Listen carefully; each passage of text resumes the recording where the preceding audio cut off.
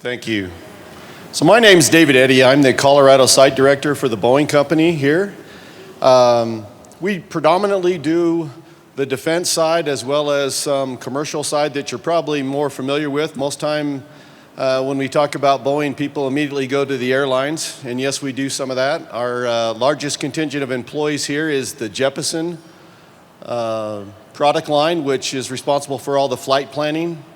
So when you used to see the pilots get on the plane with that big giant black suitcase, inside that suitcase was all the documents that they had to put together to produce their flight plan. And so the Jeppesen company out of Inglewood, which is now a fully integrated subsidiary of the Boeing Company, is our largest set of employees, about 1,000. And then my other role, along with being site director, is I manage all the DoD satellite programs. So we do a lot of work down in the Colorado Springs area at Schriever and Peterson to support GPS, WGS, and space-based surveillance. So I'd like to welcome you out this morning. We're so glad you're here. Great attendance. It's fantastic to actually see people's faces without masks on. You get to see a little bit of that emotion.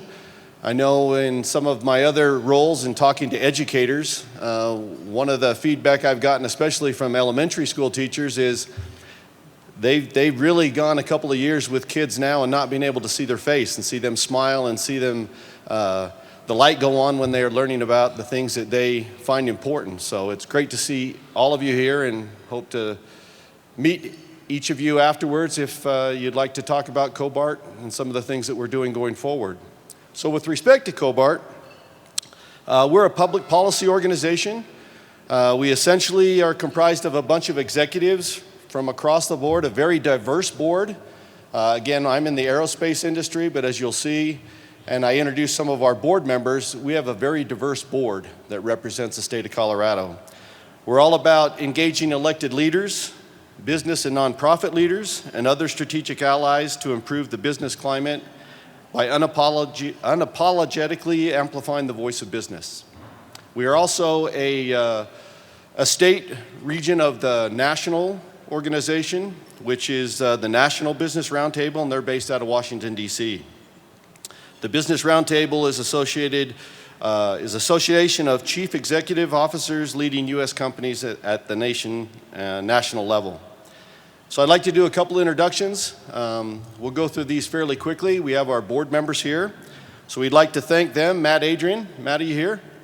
There he is. Jeff Bloomquist. Jeff. Lloyd Lewis. Karina. Danny Moore. Peter Moore, Gail Denninger, Dave Schunk, there's Dave, Brenda, and George Sparks. Definitely last but not least, we'd like to thank George, obviously, for hosting us here today. Fantastic member of the board. We'd also like to recognize a couple of our elected leaders in attendance. That's Alex Valdez, Colin Larson, and Shannon Bird. We also have some staff members here from our elected officials. So out of Senator Bennett's office, Mike Washington, Eleni Angelidis from Governor Polis' office, and Mac Haynes and Shad Murdib out of Senator Hickenlooper's office. So thank you for attending. All right, I think that's pretty much it for me. Again, if you're at all interested, feel free to contact any of our board members or myself, and we will definitely give you some insights about what Cobart's doing and what we're doing going forward over the next year or so. Definitely want to thank our sponsors, too numerous to name, but we have a fantastic presentation for you today, a great panel, and Ed's going to go ahead and moderate that panel for us, and we're looking forward to a dynamic discussion. So thank you. Business many times gets a bad name because it carries that connotation that all we care about is the bottom line and the almighty dollar. No, it's all about the money, it's about the profit, right? But it's not about that. There's so much more behind those activities. Just as in the business, we're budgeting for our employees, we're budgeting for our client activity and revenue. We also budget for our community needs, and that's a line item in our budget. You can't do purposeful work without necessary funds. You just can't unless companies are willing to give and care about their community. At Colorado Business Roundtable, we know that profits and purpose go hand in hand. So we work with executives and CEOs within the realms of academia, business, community, and government to tell the story that business is a force for good. When a company prioritizes mission and purpose in supporting the community, the more your employees are proud of the company they work for, the harder they work, the more loyal they are, and I believe productivity gets raised, which raises revenue and earnings. It's about providing the goods and the services that someone needs. And if you do that and you do that well, then yeah, you're going to make money.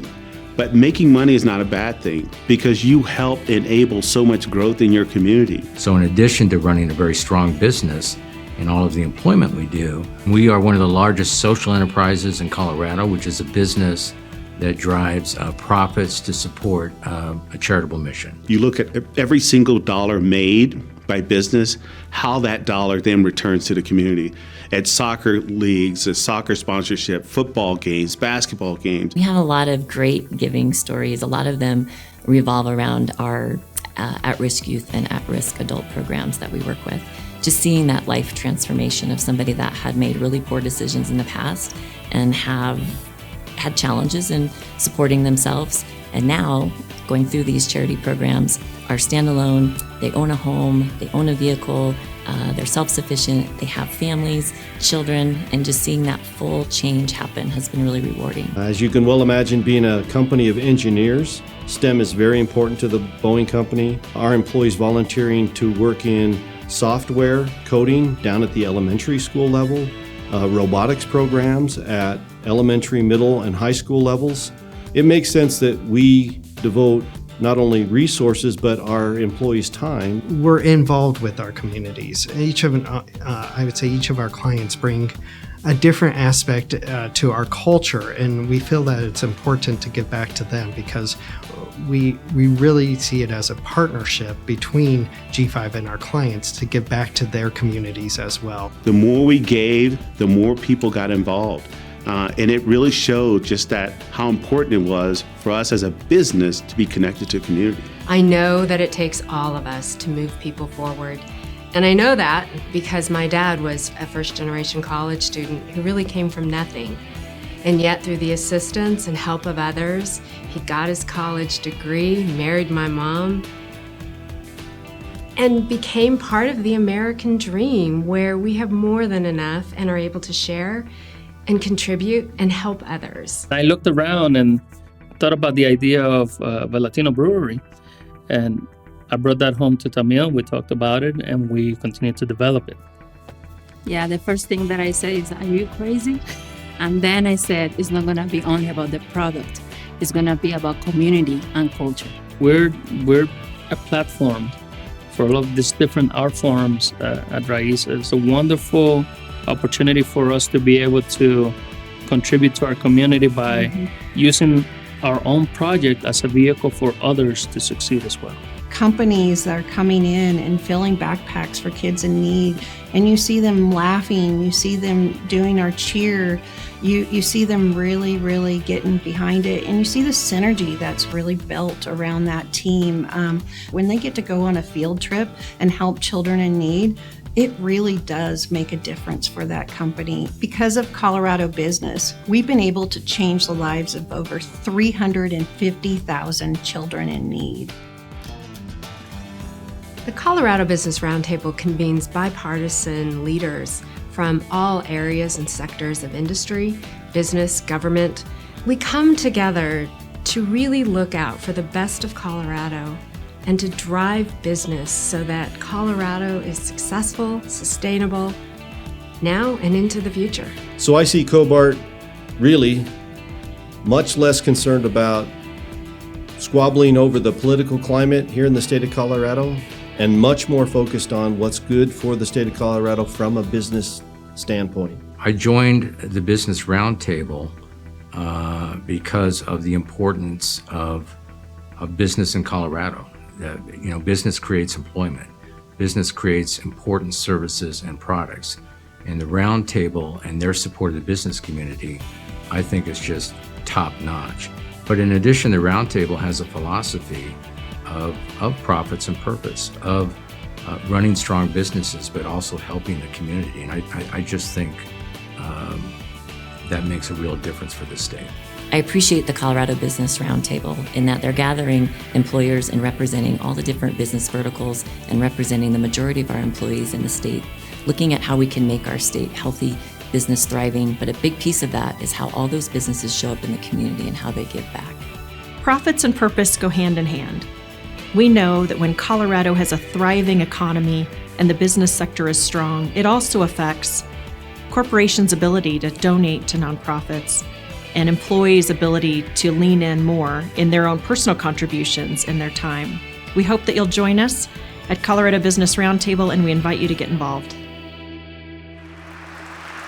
Thank you. And it looks like you have joined us, so that's kind of a nice segue into one of our in-person events, and it's a delight to see all of you in person today.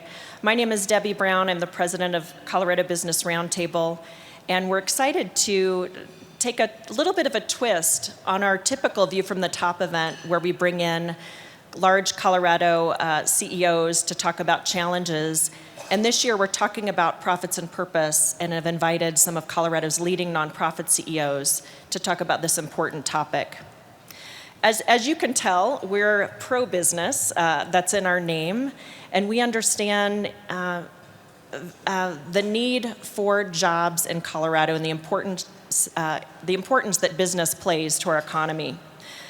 Business not only provides jobs, healthcare, products, and services that help us live our lives with and live with some human flourishing, but we also know that business is a force for good, funding charities, soccer teams, all the things that make Colorado thrive. One of the things that was mentioned in the video is that we don't just work in the business sector.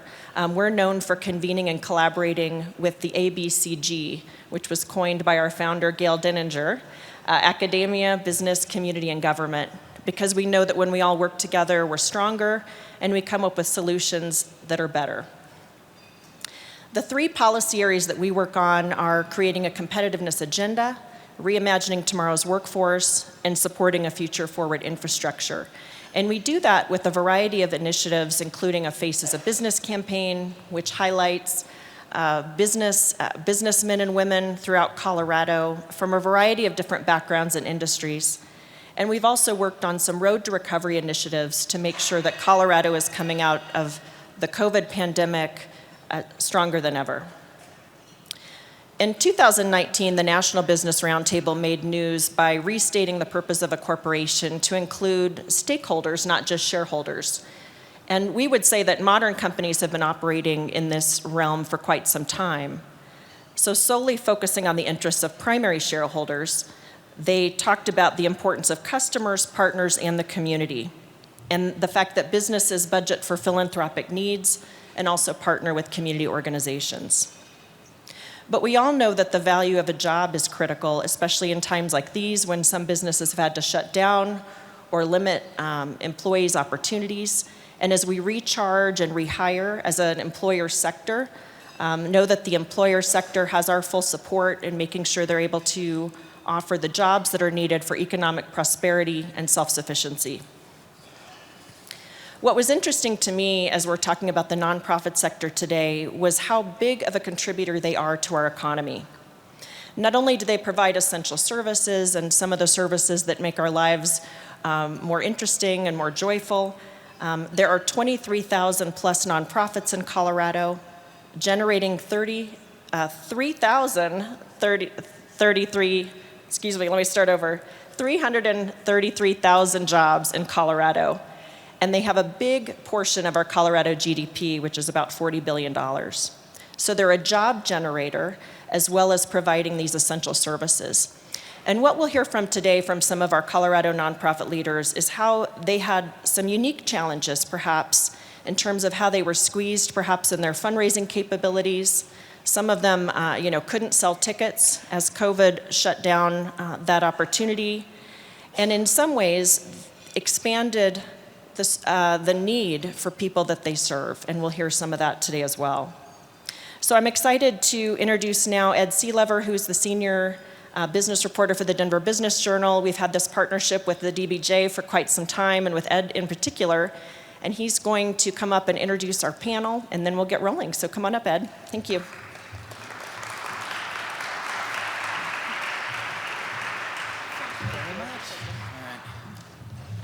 Well, again, thank you all for being here today.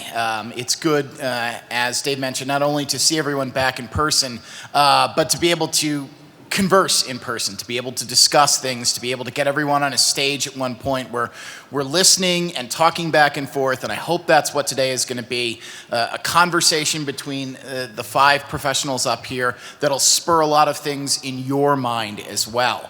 But to start that conversation, I ought to introduce the professionals that are coming up here. And I'm going to do very short introductions because, as you'll see from our first question, we'll dig a little bit more into who they are and why they do what they do.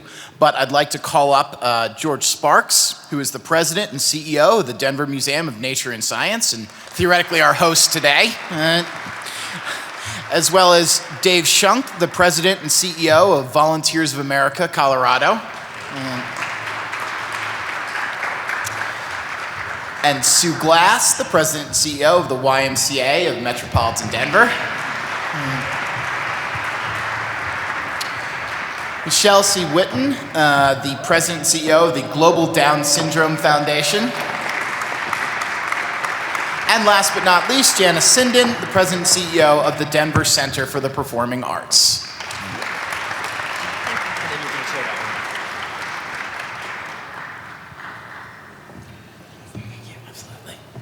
Well, thank you all for being here today, and please feel free to have a seat. And, this is going to go for an hour. Let's get comfortable while we're here. I want to start out, and we've got a lot of things we want to talk about, both how the last year has affected you all, how you move forward, how you've pivoted. But I think to set the stage, I'd love to have each of you just give us a little bit on your background and how you got to where you are, both what your focus and passion is in your current job and what led to it, because I know a lot of folks out there are looking at what's leading through their career paths too. George, since I'm staring at you, I'll ask you to start here. Okay, it's on. Okay, good. So I grew up in a little coal mining town in southern West Virginia, and one of the best things that ever happened to me was that Robert C. Byrd, the senator from West Virginia, went to my church, and although I never met him until years later, he appointed me to the Air Force Academy. So I went there, got a degree in aero, became a pilot, flew for a few years, then went to MIT, got a master's, and went back to the academy and taught. That was a real joy doing that. But after a few years, I decided I wanted to go into the business world. So I joined Hewlett-Packard. And another fortunate thing was I joined in sales, because that teaches you about customers and people and customer satisfaction. It's so fundamental to everything that we do. And spent 24 years at HP. I knew Hewlett-Packard. It was a wonderful company. It was driven by the HP way, a really unique culture. But when I was 45 years old, I had an executive coach. And during that process, I decided that when I turned 55, I was going to leave the business world and go find a nonprofit to run. So 6 days after I was 55, I left and began looking for a job. I thought I'd end up in education, superintendent or something. But that didn't work out. So Raleigh Heath, who many of you know, he and I had a small consulting business. And I said, Raleigh, I'll do this for a little while, but I want a team again. So one day he was on the floor of the Democratic National Convention in 2004 and got a call from the headhunter about this job. And he said, they said, do you want to be president of the museum? And he said, no, but I'm going to give you a name and I guarantee you'll hire that person. And that's how it happened. So you never know where your life will go, but it's as if my whole life was designed for, because this is a business. It's a business with a purpose, and it's a lot of people, and I love what I get to do every day. Well, thank you for that. David, I'm sure it's the exact same story, but tell us about your backgrounds. Exactly the same. Exactly. No, it's not. But George, that's that's a tough act to follow. Mine's a little bit different in the sense that 35 years ago, my wife and I decided we wanted to really activate our faith and our belief system into the jobs that I was doing and whatever that was. And yet, I found it a real struggle of integrating that faith and that belief system into what I was doing. I'm one of those type, and you can ask my staff, I'm very A-lister in the sense that I've got a task and we're going to get it done. And I kept finding myself pushing that belief system out to get the task done. Now, I believe that that you can activate your belief system in helping others and transforming lives no matter where you're at. You can do that in the for-profit space, you can do that in the nonprofit space. But for me, I needed to do it there. And so over 35 years of being in technology, banking, private equity, running my own manufacturing and services businesses, always kind of staying one step ahead of whoever was chasing me, right? I just realized it was a struggle to get there. And so in 2005, a mentor of mine, Brad Miley at the Denver Rescue Mission, asked me to be on his board. And the process started to change for me. I could see that I could activate my belief system, our belief system here. And then in 2011, I became the CFO of the Denver Rescue Mission and started to engage with the folks that we were serving. And it was like you had me at hello. And it wasn't just the successes of the people that I saw change, transform life. It was also the failures, but it was then that second chance, that second opportunity for that individual to come back and do it again, and then this time succeed. And I knew that this is where I wanted to be, and so spent 8 wonderful years at the Rescue Mission, and then in 2018, opportunity at the wonderful nonprofit Volunteers of America opened up. I followed an iconic CEO, Diana Coons, who is still my mentor and will be, and so with that opportunity became the CEO, and then the pandemic hit. So it's been quite an experience. We'll explore that in a little bit. But Volunteers of America is amazing. We serve about 150,000 Coloradoans every year. We serve seniors, vets. We serve homeless, folks experiencing homelessness, both families and at-risk youth. And we do that by providing food, housing. We're one of the state's largest affordable housing providers. And here's the key. The magic of all that is once you get those established, you earn trust with your clients, those that you serve. And then really it's the outreach programs we have, the connection and the relationship that develops, and that transforms lives, and that's why I'm here at Volunteers of America. Thank you. Sue, tell us about what led you to the YMCA. Absolutely. So, pretty similar story, but I actually grew up in the nonprofit. I'll take a step back. My passion has been in health and service. I always knew I wanted to serve people, and so while I was going to college, I thought I was going to do that through healthcare, to become a physician. And I realized early on that was more sick care, and I wanted to really focus on true healthcare, and that's prevention. So I started my career in health and wellness, and somehow found my way into this nonprofit sector. I didn't even know it existed back then. And I started my career in the nonprofit with the American Diabetes Association in Jacksonville, Florida. And there I learned, and again, very similar, it's just the passion in serving others, in ensuring that they're able to transform their life through health.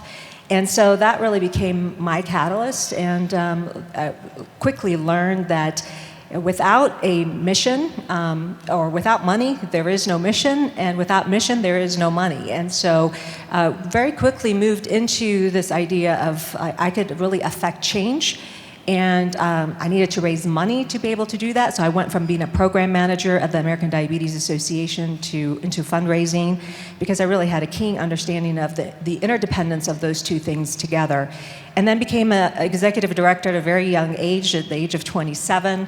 I didn't know what I was doing, but it was through those experiences that really led me to understand that I had, the gift, the opportunity to continue to grow my career within the nonprofit. And I always took the perspective that it is a business, and there is no apology in being able to make profit to affect change and to make an impact. And I think that really helped set the stage. And then I became the executive director for Colorado, Wyoming, and Montana, then the vice president for the Western Division, and then the senior vice president for field operation and fundraising for the American Diabetes Association. So really what that meant, I oversaw all of the offices across the U.S. And at that time, I was third in command, and I realized that I really loved setting vision, and I needed to be able to affect change. And early in my career, I had the opportunity to work with the YMCA, and the YMCA had kind of I had my own personal journey with the YMCA. So I knew that I was ready for the opportunity to lead an organization and work with a board to set a vision for the future. And I had reached out to one of my former board members, many of you might know, Tom Currigan, and I said, well, I know you're on the board for the YMCA. I see there's a position elsewhere, and I just want to understand the culture. And he goes, well, you realize our CEO, Jim Heiner, is retiring, and you should put your name in. So that's how I got to the YMCA. It's all she wrote. And again, it really does align my personal and professional passions into what I do. You're on a panel, so it's definitely not all she wrote. We'll come back to that. But Michelle, I know you have a very unique story. Tell us a little bit about where you got to where you are. Sure. So I am first generation Chinese Italian. My mom immigrated here when she was 11 to take care of her older brothers and clean and cook for her dad. And my dad came over when he was 14 from China and was put in an orphanage in New York. So kind of a tough upbringing, but highs and lows. My dad was a brilliant aerospace engineer, discovered microwave technology and peaked early, but then we had some lows where he literally was in a welfare line. I'm 4 out of 5 children. So, really an interesting kind of background. And he got interested in set-top boxes, and John Malone recruited him out here to help him start TCI. So I grew up a cable baby, starting really in my middle school years, all my summer internships. And I had the privilege of working for Peter Barton for 13 years. Unfortunately, he passed away of pancreatic cancer when he was like 49. So that was kind of traumatic. And then I had my father as a second mentor, which I think was a really good order of things. And I ran North and Southeast Asia for Liberty Media with our biggest properties in China. So my undergraduate degree and graduate degrees were in international security and diplomacy from Tufts and Harvard. So this ability to kind of match the cable TV industry with my background was pretty wonderful. And it was during the heady days of the cable TV industry. I took Ted Turner to Hong Kong. We can go out for drinks, and I can tell you all about that with Jane Fonda. Fun industry, a lot of women in the industry, a growth industry, the best time. And kind of when I was in my peak, I was pregnant with my first child and got the prenatal diagnosis that she would have Down syndrome, and started kind of rethinking my life. And it was great that I got Desperate Housewives into China, but was that really how I was going to define myself? And so as we actually went through a decision-making process, Tom and I, and when we decided to go forward with the pregnancy, we never looked back. And then I realized, because I'm type A, I flew out to Bethesda and met with the head of NIH, that Down syndrome was the least funded genetic condition by the National Institutes of Health. And just to put this in perspective, we were getting $14 million for medical care, while autism was getting about $200 million a year. So a real big disparity. And so I was like, oh, okay, so what am I gonna do? My parents were just retiring and thinking, oh, where are we gonna put our money? And I was like, I know. Don't think about it too much. There are 5 of us. There are 5 children, so I'm always very careful. And so we created, with their help, seed money, the Global Down Syndrome Foundation, with a very complicated affiliate model. We have the Cernic Institute at the Anschutz Medical Campus working with Boulder. We have the C Center for Down Syndrome at Children's Hospital, Colorado. The Alzheimer's and Cognition Center, because unfortunately there's a real tie between Down syndrome and Alzheimer's. And then we have at the Denver Health a burgeoning adult clinic. So my dad's architecture, very complicated, but we're hitting our pace and we're doing a lot of great work. And that's how I ended up here. And my daughter's name is Sophia. Thank you very much. I want your job coach name. Great, thank you. And Janice, go ahead and wrap us up here and how you got to where you are. Great. Well, good morning, everyone. And I love all the stories. I grew up in Fort Collins, Colorado. My dad and his brothers had a dairy farm. It started about 120 years ago in Steamboat. And my mom's family is all from the Eastern Plains. So we have lots of dryland farms and things. So agriculture's in my blood, fourth generation. Thought I was going to be a fifth grade teacher. My parents got divorced when I was in fifth grade, and Ralph Ravenschlag was the first really important person in my collection, and basically told me I could do whatever I wanted to do at a time when I was feeling like I didn't know my place in the world. So I went on to the University of Northern Colorado to get my teaching degree, and about the time I'm ready to graduate, Ralph Ravenschlag says, I think you're supposed to do something else. And that's what you do, right? You listen to your mentors. So somehow I found this trajectory to then Congressman Wayne Allard, who was running for United States Senate, and graduated with my degree in political science. And 3 days after I graduated, me and my cat got in my car, drove to Washington, D.C., driving in around the Beltway of Washington, D.C., listening to Janis Joplin, and the rest is history. So I worked for a conservative rural Republican. I learned a lot from Wayne. A lot of what I learned from him was I didn't always need to agree with him. I needed to know what I believed and why I believed it. And fast forward, I end up back in Colorado, and I ran Colorado Concern, which is another business organization. Worked with a lot of titans of industry. Learned how to manage up like nobody's business. Big, huge personalities there. And then somehow ended up working for an urban progressive Democrat. So yes, I am ambidextrous when it comes to politics. So I worked for Mayor Hancock. He's still the first text message I make every morning when I wake up. He is an inspired leader leading through the most difficult times. And I was with him for 5 years, and then Dan Ritchie was ready to separate the position of chairman and CEO at the Denver Center for the Performing Arts. And they had hired someone, they hired an artistic leader, and I think they realized very shortly after they needed an administrative leader. And so I accepted this amazing position. So now I'm in the arts. But I say I've always been in theater because I was in politics for 20 years. So sorry about that, Elvis, just, hey, just teasing. Anyway, so I love my job, and this year has been exceptionally hard for us as well, and I've had wonderful partners like George who've been with us at every turn, so we're ready to be back. Thank you all.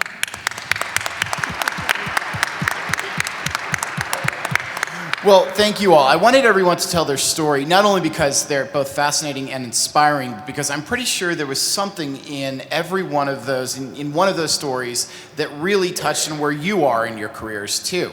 And I think that leads well into the next question, because we've all been dealing with where are we and what on earth are we doing for the past 18 months here. And so I want to turn to you all and start and kind of maybe bifurcate this as to the challenges that you faced, and then the opportunities you saw. But obviously, since the pandemic hit, we've all been trying to rethink our purpose of our business and how we operate it. I want to go through and just ask you, how did this hit you? What have been the unique challenges you faced? Let me start with Sue on this one here. What did the YMCA face in the past 18 months? Yeah, so not only did I start with an organization in 2018, so we share the same start date, but unfortunately the organization was not doing well. So as many nonprofits, there's challenges, and oftentimes it's the YMCA Metro Denver has been around for over 140 some years, and it really is an icon in our community, but somehow we've lost our way, and I think we were in a decline financially. So going into COVID only exacerbated that. So again, as we faced COVID, there were a lot of decisions that we had to make. We had to shut down completely, because if you think about us, we're a health and wellness industry, and we support childcare and out-of-school time, sports, all the things that we do. And we shut down. and we had to reinvent who we are as an organization. And I don't want to say pivot because I know that word has been overused, but I like to look at it as we had to innovate.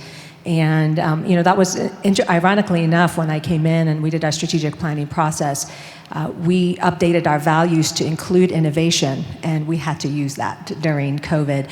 And so for us, we had to, first thing we had to do is kind of go back to who we were.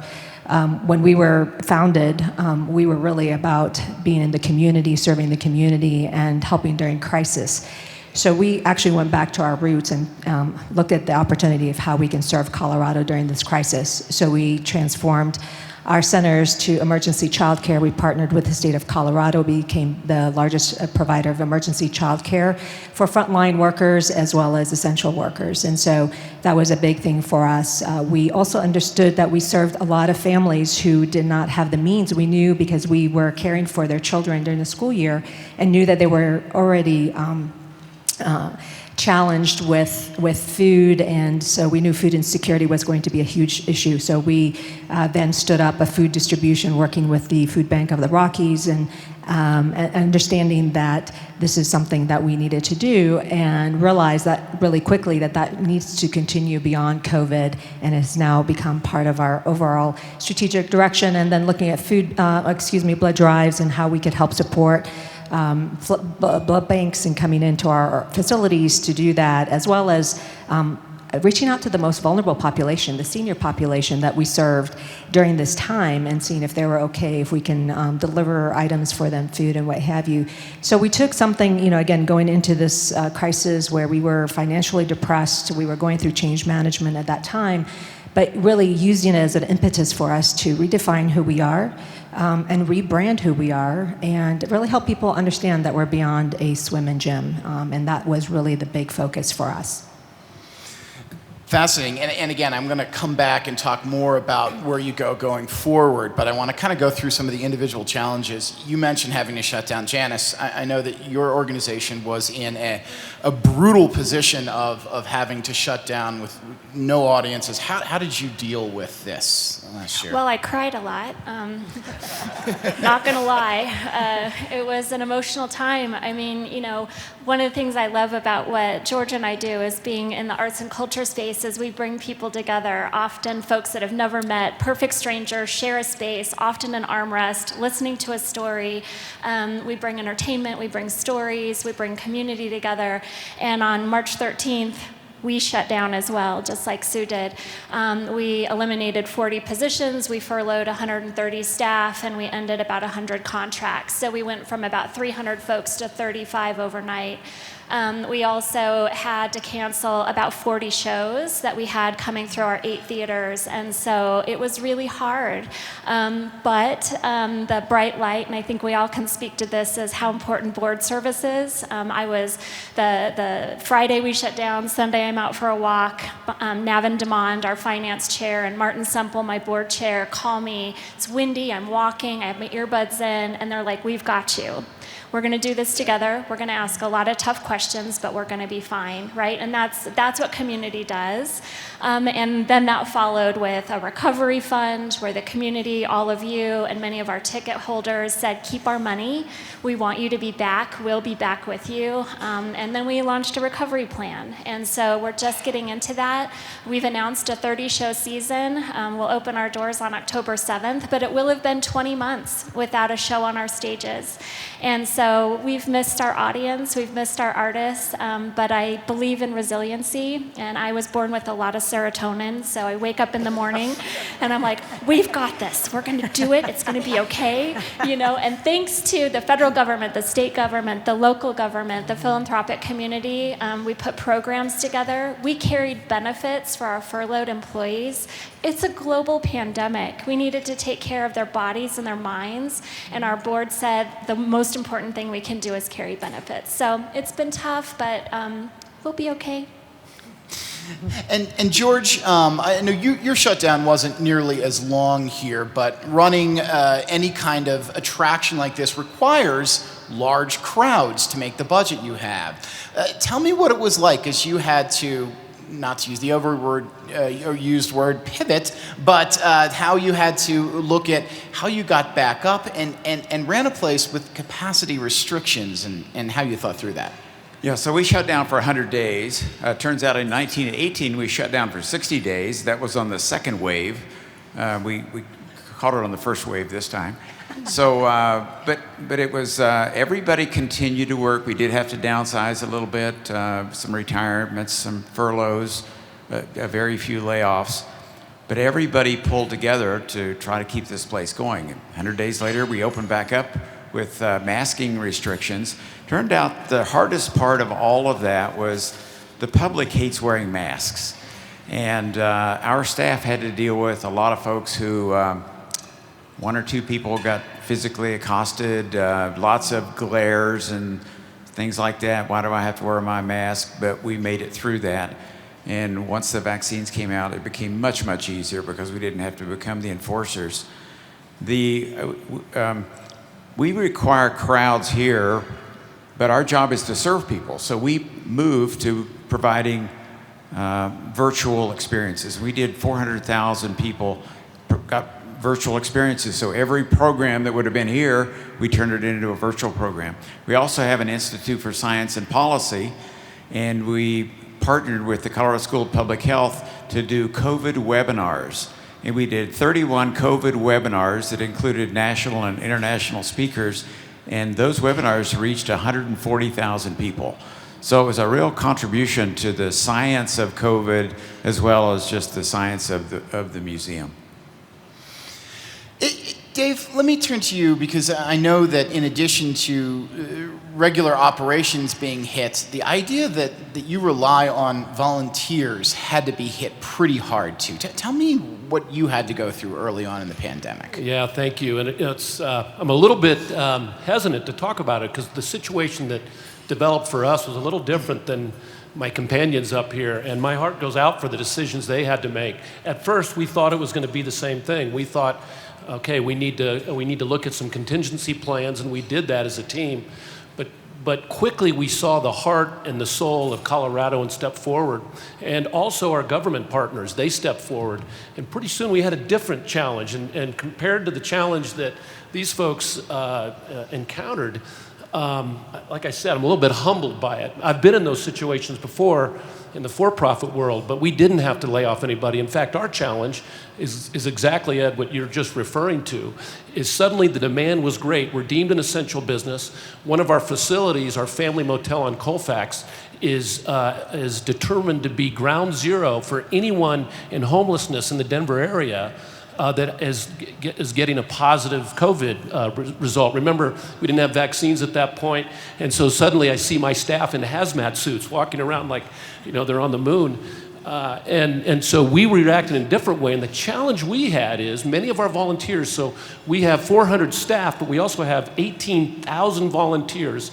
Volunteering is just core to what we do. It just is the heart and it's the soul of our communities, right? That engagement and what it does for both parties. And many of our volunteers are seniors, the most at risk. And so I tell you, they're great. They're like, let me at them. I don't care. I'm going in. Cover me. It's one of those kind of things. And yet instead, we had to say, no, stop, just for a little bit. And so we did that, and then we had to scramble. So the challenge we had was there, plus we had, as funders came forward to help us, we wanted to make sure that we were managing the funding that came in and urgently, but also being good stewards of what came in, and that was a challenge for us. And Michelle, I want to turn to you, and I'm struck by the idea you talked about when you launched this foundation. Down syndrome was overlooked. I can only imagine it was overlooked early in the pandemic too. I mean, how did that affect your mission and your ability to keep this in front of everyone, this important subject? Well, our scientists and myself and the global team all got together when the news broke and this was all kind of unfolding. And we actually didn't know if every single person with Down syndrome would immediately die from COVID because they have massive immune system dysregulation. So all of a sudden we were like, oh my God, like this is there's a there.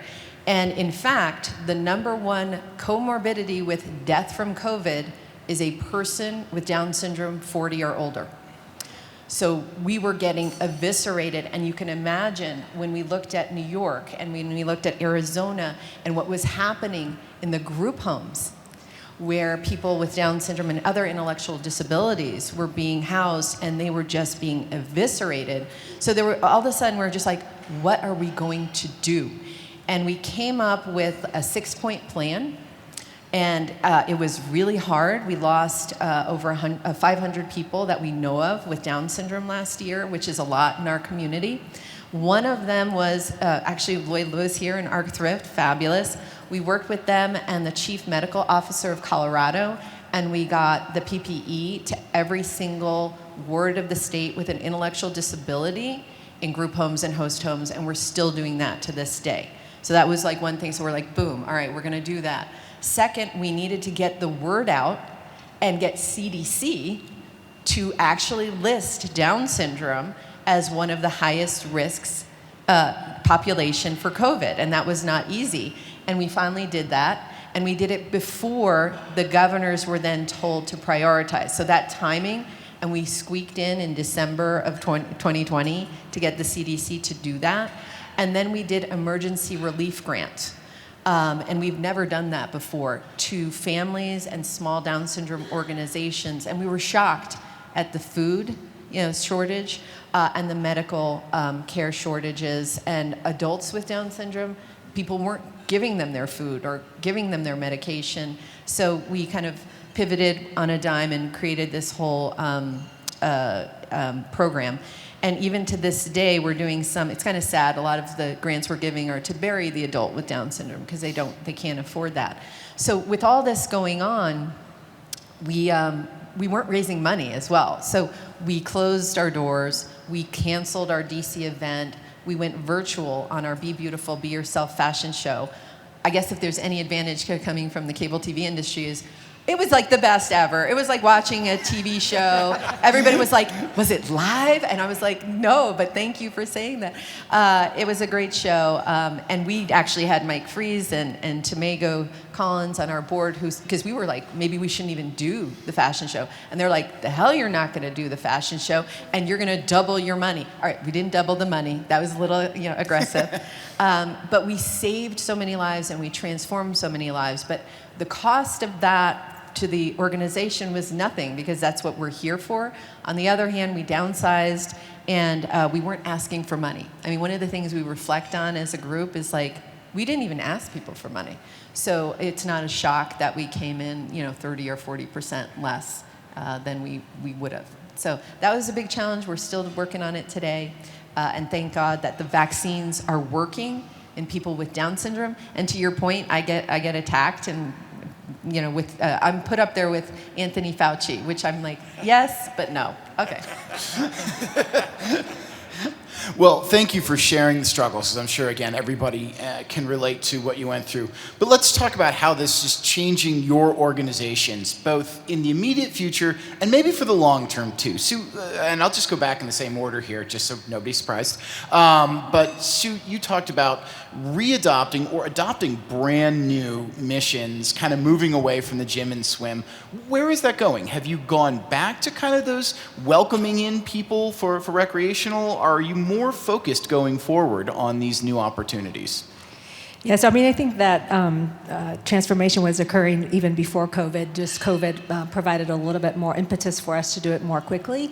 And just like with everybody else here, we had to reimagine how we provided programming, so virtual programming, everything that we did. And so for us, is really more about how did we take advantage of the crisis. And there is that saying that you don't want to have a good crisis go to waste. And so we really looked at this as an opportunity for us to accelerate our growth, accelerate the things that we actually already had in our strategic roadmap. And so for us, it was about how do we, again, first of all, identify what is our true purpose as an organization. And I think that has to be at the center of everything that you're doing, and creating the vision for the future. And for us, it's about how do we communicate about ourselves as an organization. And again, most people, when you talk about the YMCA, like, oh, I learned how to swim there, or that's where my kids played sports, or that's where I go work out. And we realized really quickly that those are all good and well, and we are about community, bringing community, maybe not through the arts, but through health. But for us, it was about like how do we help people understand that we are a social mission, that we are here to transform lives, and that really is our purpose: is to serve as a catalyst to transform lives and to build healthy mind, body, and spirit. And so for us, it's like how do we realign that? So our programming. If any of you are members of the Y, you'll start seeing our programming. We actually shifted from calling ourselves branches to wellness centers because we're approaching whole person health. We want to make sure that we're providing, first of all, understanding why people are joining the YMCA, what health goals they have, how we could help them through that journey achieve their goals. But we also are a big youth development organization. We're actually one of the largest in the country when it comes to youth development, and a lot of people don't know that about the YMCA. So how are we supporting these young, our change makers of the future to ensure that they develop all the skills, all the opportunities to make them the, optimal contributors to our society and the future of our society. So whether it's academic achievement or working out of school time, camp during the summer. And again, what is our value proposition? As an organization, oftentimes nonprofit, we're here to provide services. We talk about the activities that we do, we talk about all the wonderful people, the number of people we serve. But two things that we really have to understand is what is our value proposition? Why should people come to us? Why should we serve people? And that's the journey we've been undergoing right now to really help define the future for us. And then lastly, it's about our social impact. We're here to uplift communities. So how are we helping support the social determinants of health, food insecurity, housing? How are we partnering with other organizations? Because we can't do it on our own. We have to partner with everyone to really help support and drive change in our ecosystem. And so for us, understanding that we have a role to play and how we can do that, and we're actually looking at our real estate assets a little bit differently and how we can really achieve some of these opportunities. And so as an organization, we're kind of going through I can't say it. Anyways, we're going through a lot of transformation. How about that? And it's about creating that vision for the future. The value proposition that we need and the people that we serve, and to help people understand that we're more than a swim and gym. Excellent. Now, Janice, 20 months without a show is a long time to think. I imagine you've put a lot of effort into rethinking. What is DCPA going to look like when it comes back? And how have those 20 months change the way you see where you go in the future, even beyond this pandemic?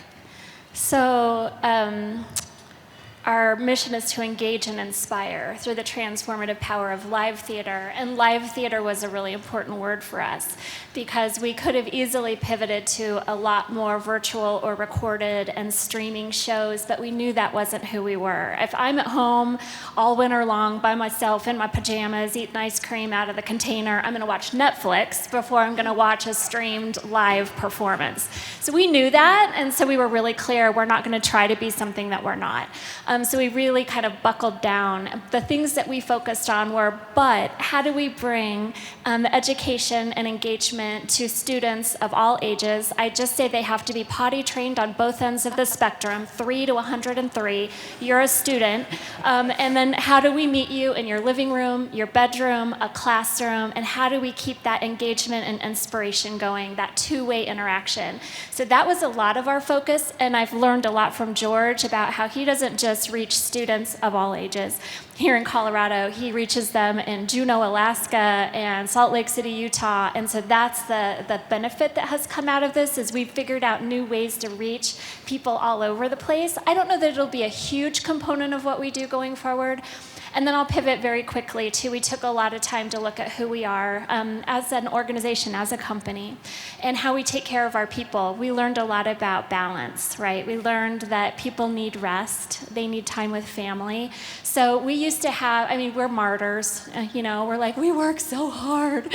We work all day and then we have theater all night and all weekend, and we love it. But what we're doing is we're saying we want people to be able to come in later so that they can go and do conferences with their teachers and volunteer in their communities. So we're actually really reevaluating the number of hours that people work and how they come in later and how they take time away and they can work from home, and that they are really committed to flex time and virtual employment opportunities. And if you don't need to be here and you can be at home or with your family, we encourage that. So I think we've learned a lot about how to be a better employer and how to live our values and make sure that it's a healing environment. So there you go. George, you and I have talked about how you've actually kept up some of the practices that the museum instituted because of the pandemic. Things like not going to full capacity before, and some of the online exhibits, online talks. If nobody's ever sat through one of their scientific evaluations of schlock sci-fi movies, you really need to do this. What are you keeping going forward? How did it change the way you look at serving the people who come into your museum? Yeah, so we're pretty much back to normal right now. The summer, the attendance was basically as good or better as it was in 19, and this place is really alive. 2 days ago, I heard the first school group come through here was chaos. We normally have 300,000 school kids here a year in school buses, and the first one showed up last week, and it was really cool. But the most fundamental thing that has changed is we have more empathy for each other now and for the people we serve. The murder of George Floyd fundamentally changed this place here. Our DEI efforts have taken on, have gone to a level that I never presumed. I've been doing this for 30 years, working in this area, and we are really serious about it now. And as I told my board the other day, it's not because we're good folks or we're woke or whatever.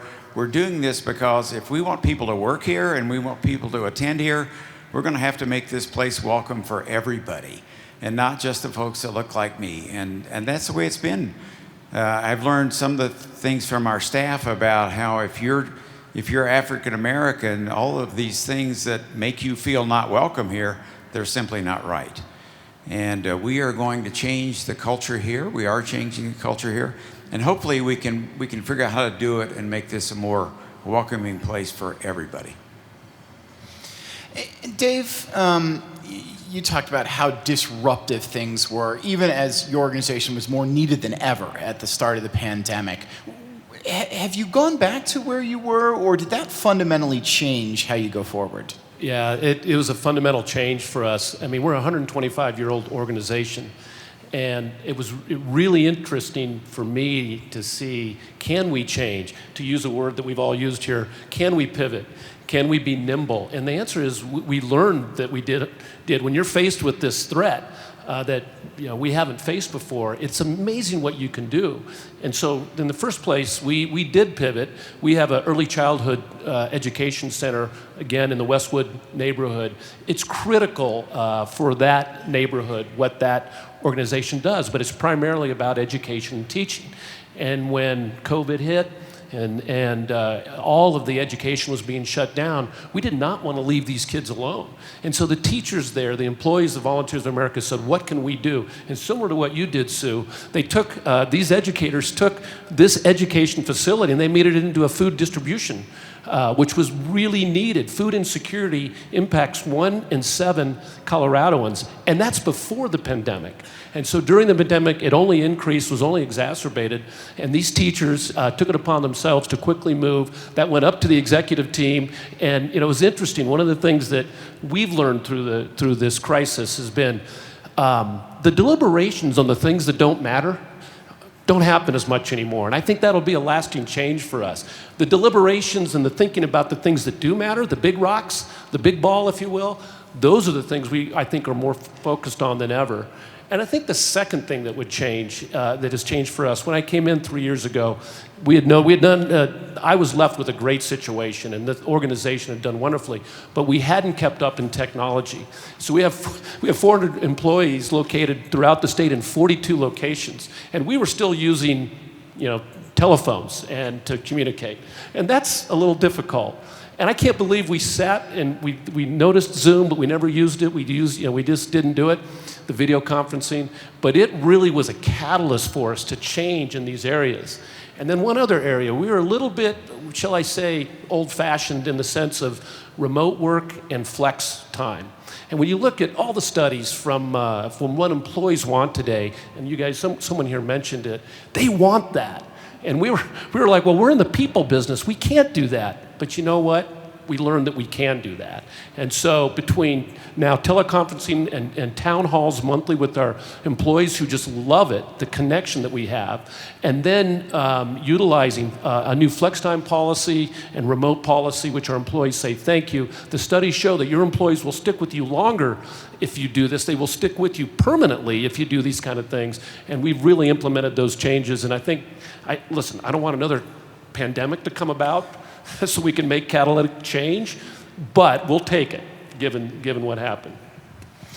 I'm glad that you're anti-pandemic. I think we can all agree with you on that. Count me in. Michelle, you clearly got people to think again about Down syndrome when they had to. How has that changed you going forward? I mean, are you back to just what you were doing? Or how has it changed you? Yeah, I mean, it's really changed us fundamentally. Unfortunately, now we're seeing children in the hospitals, and it's disproportionate to Down syndrome. And we see that, not to be too technical, the lack of production of B cells, we're going to need that booster like immediately, right, in our adults with Down syndrome. And so because we do research in medical care, COVID will now just be part of our medical care going forward. So I think that's just like where we're at. And also our Cernic Institute for Down syndrome became the center of the Anschutz Medical Campus, and our scientist is also leading the COVIDome project because of the relationship between Down syndrome and COVID. So suddenly, we're just tied to that mast. In terms of how it's kind of changed who we are, we opened our education center on March 1st and then closed it mid-March of 2020. So we're kind of slowly building that whole in-person education center back. Not sure if it will ever be what we thought it would be as fast, but we've also now done the virtual programs, and we are national and international, so we are providing a service for socialization and connection, for a lot of lonely adults with Down syndrome and some children across the US and internationally. So now that's going to be part of our DNA where it wasn't before. We're only, together we're like 80 people with our affiliates, but at Global, we downsized from 17 to 13, and we're still feeling it, even though we can now hire back. It's hard to find people, so we are feeling that whole tailspin of the COVID pandemic. But I think because we're small, it was always like, hey, I need flex time. And it's like, okay. I think we've always been like flex time. We're 13 people. It's flex time. So, but we have incorporated, some permanency now where Fridays are work from home. Sorry, everybody who doesn't like that. But that's what we're doing. And I think it's great. And I think it's good for our people. So again, there's a silver lining. But yeah, no, this has changed us fundamentally. And I think it's going to be tough for us for years to come.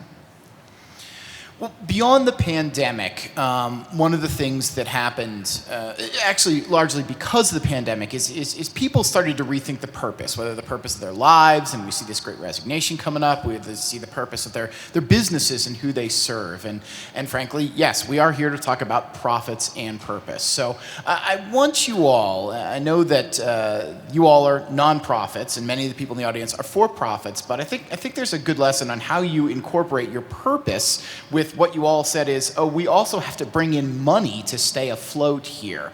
Tell us a little bit about how this last year influenced that and how you do that, how you think about going forward, balancing those two as well. And maybe I'll just go down the line here. And Janice, have you start with that. So we have an earned income line. We do about 30 weeks of Broadway shows and a 2,800 seat house and a 2,200 seat house. And so we have this earned income stream. And I think part of what we looked at in our business model was there's a problem because if we don't have that, we don't stand up. And so I think we've really started to think about how our business model might shift over time so that we're resilient regardless of our earned income line. And so it does drive the, the purpose.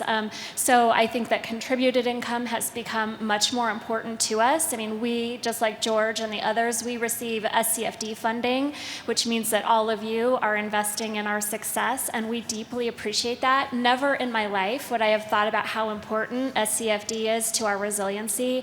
It's what kept us going, quite frankly.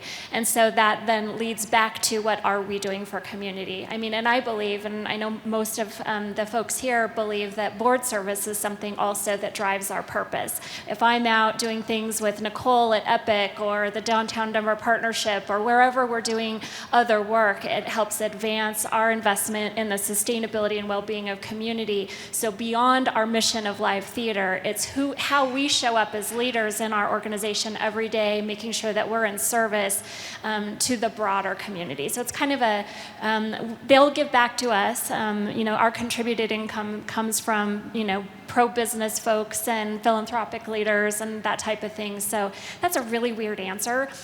Do a lot. Pay it forward, it'll come back in spades, and then we're all standing up together. So profits to purpose, right, Debbie? Yeah. Michelle, you rely a lot on business contributions as well. Talk about your balance of purpose and profits, or purpose and profitable companies donating to you. Yeah. So if you told me how difficult nonprofits would be when I came from the for-profit, I would have laughed. But it is really hard. And, we're like begging hat in hand every year. I mean, we don't get the SCFD, right? And so I just didn't really think about that. So it's a really hard slog for nonprofits, especially with COVID. And people, especially the online people, those random people giving, they're just not giving as much. So we're just kind of rebuilding. I think we're going back to where we were pre-pandemic, right? So my philosophy is I want to have the heart and passion of a nonprofit, but I want the fiscal responsibility of a for-profit. And those things go hand in glove. I think we've done it very well. When you look at what we've done for the Anschutz Medical Campus in Boulder, in lobbying for NIH funding, we were able to move the needle from when my daughter was born from 14 million to FY 2022 at 120 million. Of that, the new money, we're getting 23% in Colorado. We have 200 scientists now, jobs, money, and they have acquired 48 million of that money just in the last 3 years. Right? So we're becoming a magnet. The C Center for Down Syndrome at Children's Hospital is now the #1 in the US, arguably the world, with over 2,000 patients from 33 states and 10 countries, and growing. So becoming that magnet, working with Colorado, the government, working with the businesses, working with the other philanthropic institutions, hospitals and universities, kind of philanthropic, we're kind of synergistically looking at that profit and purpose model. So that's what we're going back to, and it is hard. We don't have any endowment. So there are all these things we have to do, but we're only 13 years old and we only have 13 people. Wow, we should get off that 13 number. And so we've got a lot of room to grow, and we can learn from you guys, and this panel has been incredible, and I'm already learning a lot, so thank you very much. We have 13 minutes left in the panel, too. Sorry. Oh, I get it. Intense. 13. Sue, I know you've talked a lot about purpose here, and I'm curious, how do you balance that? I mean, you talked about needing to re-examine the purpose, needing to go more toward that. Has that affected your ability to bring in money, that shift, or have you found enough that you can bring in to cover that reimagined purpose? So I think it actually has helped strengthen our ability to bring in more dollars. And I think any good business will look at the purpose is the center, and then the profits will come along. I've always had a hard time. I mean, nonprofit is still a business. Let's just face it. We just don't invest. We don't have shareholders. We invest into the mission of the organization. And so I don't like to look at those to be mutually exclusive. They're one and the same. It's just how we utilize our profits might be a little bit different. And so I really agree with you, Michelle. I mean, again, we drive with heart and soul and try to change the community, but we have to be fiscally sound. And just again, we struggled in the fact that we were not very diversified in our revenue streams. And when the pandemic hit, one of the challenges that we face is that because we are a larger nonprofit organization, we were not going to be eligible for PPP loan. And I'm looking over at Lloyd because he and I had many conversations. So, but nationally and locally, we had to advocate to say we're critical to this community and we need PPP loan. And I'm proud to say that the Y movement helped lead that initiative federally and get nonprofits PPP loan. And so for us, that was a lifesaver. We actually came out of COVID much stronger from a cash perspective. But for us, it's really reimagining again and putting our purpose and creating that value proposition, because then we know, like for our earned revenue, how much can we charge for this, and how we will always provide financial assistance, and also look at what are those opportunities that we can lean into our nonprofit status, if you will, that people understand we're here to transform lives, that we're making a difference, and we need to lean into our fundraising. So as a YMCA in the past, we've just we rested our laurels on the fact that we had membership revenue, and I'd call that our social enterprise.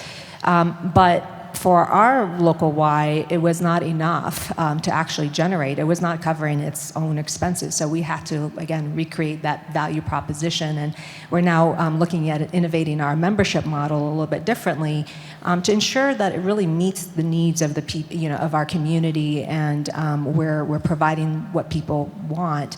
And so for us, it's diversifying our revenue, understanding what opportunities we have from a federal or local stimulus. We were very fortunate because we are in early childhood education and youth development. The state gave us some funding as well. So we took all of that and we're using that right now to our advantage to then accelerate the changes that we need to and create a better infrastructure for our staff and pay our staff. That's one of the challenges in nonprofit is oftentimes we say, oh, well, people come here because they want to run, they want to be part of a cause-driven mission. But they still need to live, and they still need to, have good wages. And so we need to be good steward in really recognizing our employees, and that's something that we're working on at the Y. And I mean, we have to compete. McDonald's pays, $18 an hour, and we're hiring kids now at that level. So we can't say, okay, we're going to give you $14 and you could go to McDonald's and make $18. So we're having to address all of those issues just as any other business is having to. But for us, it's diversifying and moving things forward and understanding, again, leaning into our purpose and our value proposition in order for us to be able to get that. Thank you. And Dave, tell us a little bit about how this affects. I don't think we've actually talked about your revenue streams today, but I mean, how do you balance your purpose with the ability to bring those in? Well, I absolutely, profits, they activate purpose. Purpose activates the profit side of it. It works together. They both grow. When they do, good happens. I'm a huge advocate of the free market and of capitalism, that word, because it works. History has proven that it works. We have seen more people come out of the worst of poverty over the last 60 years because of free markets. And so, with that in mind, here's the way that I look at it. Business, we can't do what we do every day without the business community. I tell our staff often that our salaries are paid for, and the programs that we run and the people that we serve are paid for by two ways. It's not by the government. It's by the tax dollars, the tax dollars that are presented to the government, and also our precious donors. That's it. Those are the ways we get funded. And at the end of the day, we owe an ROI as a nonprofit. We owe a return on that investment to our shareholders, to the people that are providing the funding. And we look at that as sacred. So let me just give you a quick story, and it'll be quick, Ed, because I know we're running out of time. But this will show you the heart of the business community. I have a wonderful board, as these folks do. Many of them are business leaders.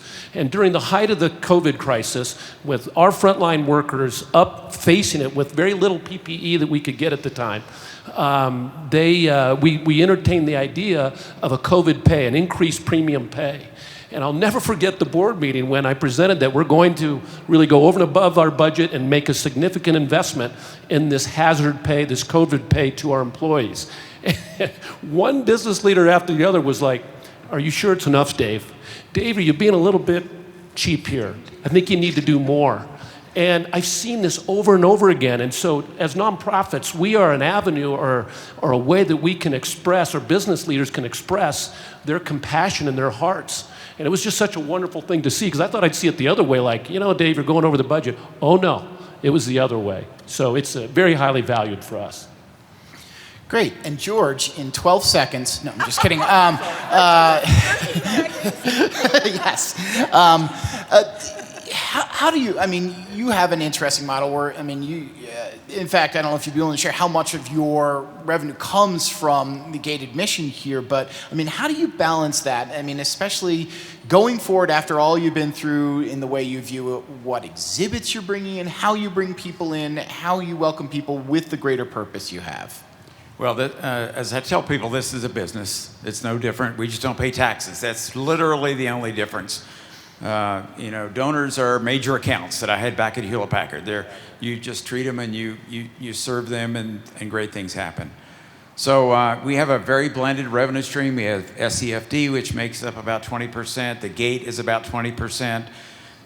These folks that served you breakfast here, these kinds of things go on 300 times a year. We have a thing like this. In fact, there's 200 folks on the other side of the building that are doing a site selection tour with a bunch of folks from Texas and Georgia, et cetera, trying to get them to move their businesses here. The shop, philanthropy is a relatively small portion of the operations. We use it mostly for capital campaigns. And the board has been extraordinarily, just like you said, the board and the business community has been extraordinarily generous to us over this. I do want to make one final point for the folks in the business world here. Everybody expects nonprofits to have to worry about purpose. But one of the nice things about getting older is that you kind of get perspective. And as I look back on my business career of 40 years, there's 4 distinct phases that we've gone through. The 80s was about quality. How can you build stuff to compete with Asia so that because they're just kicking our butts here on quality, we have to improve our quality. The 90s was about costs and customers, and it became the decade of globalization. Moved our factories overseas, we took down our costs. The 2000s was the digital revolution, spreadsheets and computers and things like that. And the next decade was the social media revolution.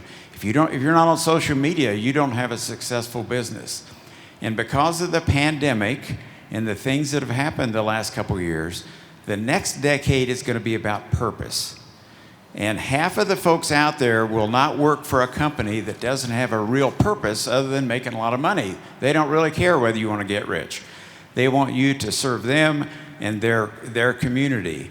And that's a huge change. So I encourage all of you to think about what is your real purpose as an organization, and not just how do I make a lot of money. Well, thank you. This has been a varied conversation, but a lot of interesting points. Yes, please give it up for our panel here. And I want to thank all of you for sharing these lessons and sharing your perspective with us. And with that, I guess I want to welcome Dave back up to the stage to close us out here.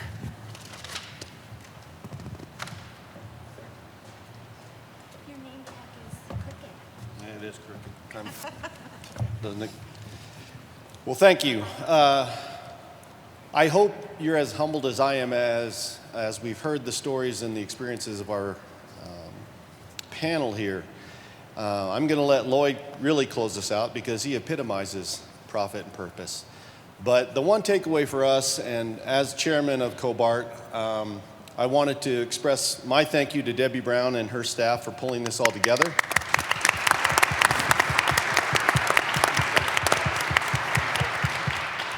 And again, I would hope that any of you out there that are interested in participating in Cobart would again come talk to us, come see Debbie. But the takeaway for me again is I am in a for-profit business, but I can tell you that the Boeing Company is very strong in community give back, as is epitomized by these companies here. And so again, I'm very humbled that the information that we heard and talked about today does give some balance to the fact that yes, we are about making money, but we are also about being part of the community and giving back. And so with that, let me introduce Lloyd Lewis, our board member, and he'll close us out.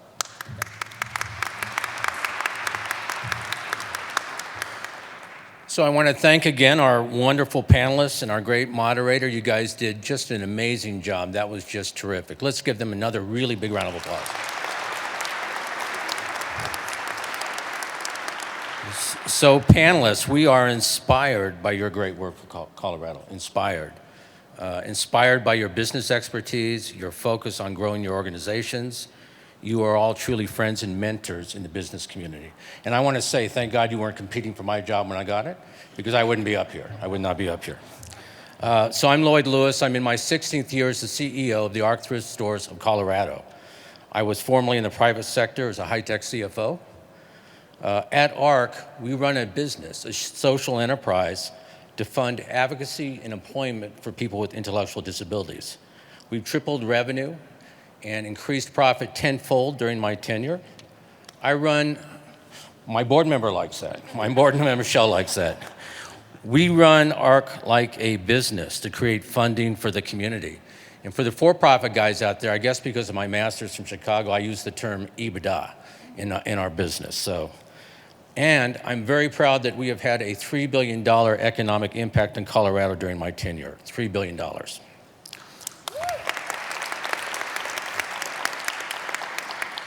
I'm asked why I'm on the board and why I'm involved. I admire the Roundtable for its redefinition of business, support of community, employees, sustainability, and shareholders. I love our theme, profits and purpose. Profits and purpose. This truly is the decade of purpose coming up. And I admire our great board of directors, our great chair, Dave, our great president, Debbie Brown, and all our great board members. And I'm honored to chair the Roundtable Community Committee for Colorado in line with our mission of providing a pro-business and community voice for Colorado. Colorado companies like yours work hard to create value for your customers, communities, and employees. And our ability to continue doing so depends on making investments to build up and support our communities, innovative solutions in times of need, and promoting a more economically sustainable future. At the Roundtable, we invite you to join us. We welcome your involvement. Please reach out to Debbie, me, or other board members to talk about how you can be more involved. And just as a side note, we have ARC Thrift Store buses out front. You see the vouchers on the table. You jump in, we're going to take you to the nearest store. So hopefully everyone's excited about that. That's just a joke, Debbie. That's just a joke. So this concludes our program today. We thank all of you for attending. Give our panelists another big round of applause.